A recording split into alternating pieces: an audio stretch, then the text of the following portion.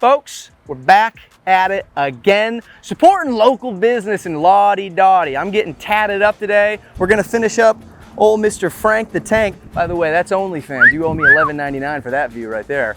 But I'm excited. I gotta get some more ink on my body because when I inevitably go to prison, I gotta have that street cred, baby. I'm excited, and if you've ever wanted to see the big dog cry, I don't know, you might have your opportunity today.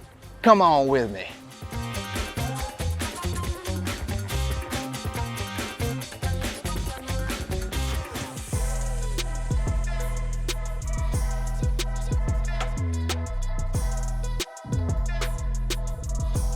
You want to come over? I'll put the stencil on and then we'll let it dry. For sure. So I'm just going to have you stand up right here and ready to go. Shake it off. 1989. Make sure I got the right date. Oops. Yeah, so the needle can snag on hairs. Oh God. Would that create like an ingrown hair or? As far as in theory, yeah. And then also too, in order to get it properly clean, they say you have to shave. Is that just because hair is like a harbinger of bacteria and stuff? Exactly. That makes sense. It's like, are you a fan of Always Sunny? Yeah. It's like that one episode where Frank is like slathers himself in hand sanitizer and I just wanna be pure. And it's smooth, and then sometimes if you shave it, then I gotta reshave it, and then it'll be like too much. That's a good point. If I do it the night before, you can get a little stubble, I guess, in that meantime.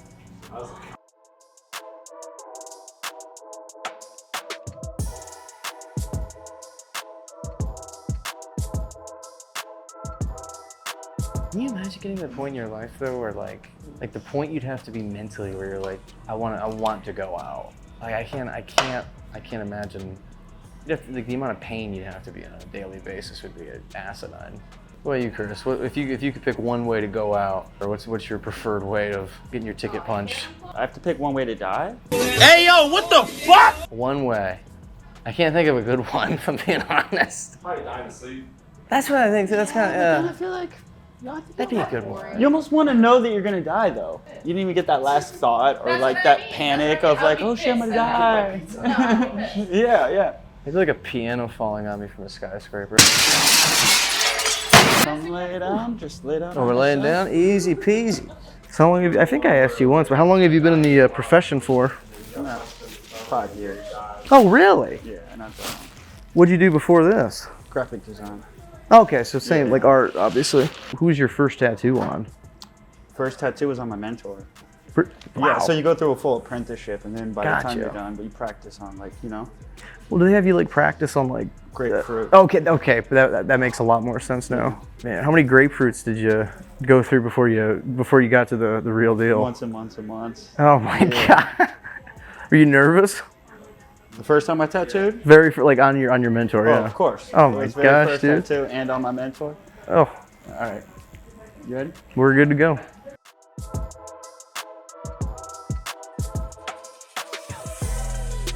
Doesn't feel that bad though.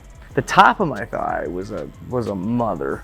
That didn't feel great, which I didn't expect. I figured because it was like such a meaty, like open area that it wouldn't hurt. But dude, the top of my thigh it was not a pleasant experience. The side is easy though, it's nothing. The pain is it's part of the experience though. I was talking with Chris about this in our last session. Like there's people who are paying like anesthesiologists to put them under for hours, and like 3 to 4 or 5 guys just go to town on their back, and it's like they wake up and they have a full tattoo on their back. And I think like the connection with the artist and having the conversation and going through the process is part of it. So I don't know, I think it's kind of related because like there's no shortcut in my opinion. You know what I mean? You can get liposuction or you can make healthy lifestyle decisions, so it's, I don't know. You can be, well, dude, they say the one of 2 pains you'll suffer in life, the pain of regret or the pain of discipline. And they say the pain of discipline weighs ounces, but the pain of regret weighs tons. So choose your hard.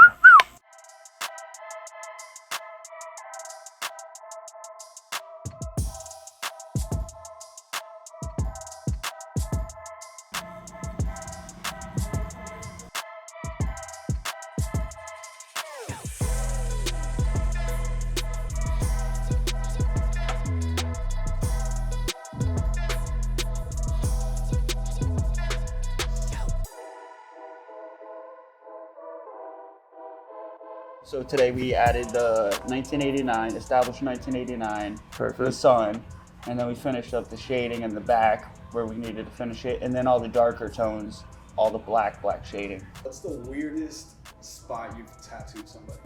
I've done every spot on the body besides like, you know, actual butthole or like, you know, I've tattooed all around genitals and Really? yeah. Like, wow, like everything? Yeah. Holy shit, dude. People get tattooed all over the place. It's not. Have you ever done like eyelids and stuff? No, never done eyelids, but faces.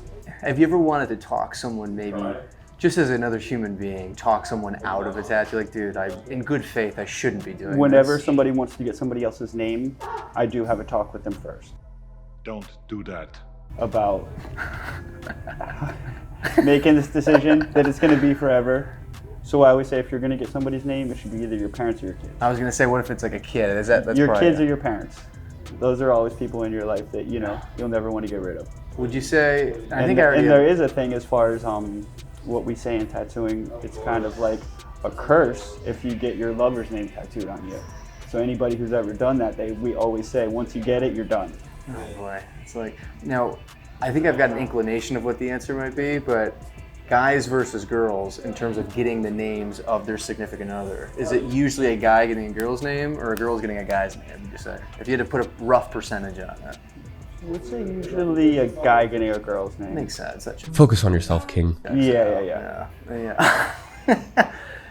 Ah, man, that's got to be like an awkward, like you can just, I would have to imagine, you could probably see in his face, see in his eyes, like, dude, maybe this isn't the wisest move you're making, you know? You try to give him a little talk before, you know? Have you ever talked someone out of it? Or, because I feel like when someone walks through those doors, they must be pretty committed. Pretty committed. And, you know, I wouldn't talk them out of getting a tattoo, but maybe a different tattoo. Okay. Or someone else's name or taking the name out of it, you know? Yeah, what blows my tits off is that you can still see the little tiny swivel in the F in Ford. Yeah. Like, I don't know actually, how you did that. Put the Ford in there on the emblem. Like, that's insane to me. Like, you have like a surgeon's hand to be able to do that. Well, what are we missing so far? So, like, what's remaining? What's left to do still? All that's remaining is we're going to put the colors on the stripes. The maroon? There's a and the gray and there's a maroon stripe that goes through there. And then the sun, that's going to be, that's not going to be like a color with this. No, We're going to keep that black. keep it gray.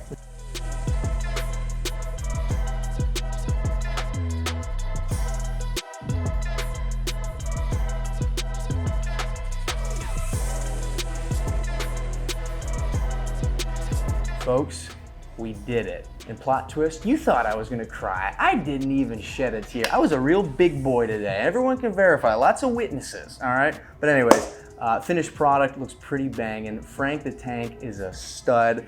And if you wanna follow the man who's responsible for it, follow this man on Instagram. Henry, throw up his Instagram handle right here. And right here, Henry, as well, they gotta like, they gotta comment, and they've got to subscribe. They got to subscribe, man. We're at the time of filming, we're at 127 subscribers. This thing's gonna take off like a rocket ship, and we need you, all right?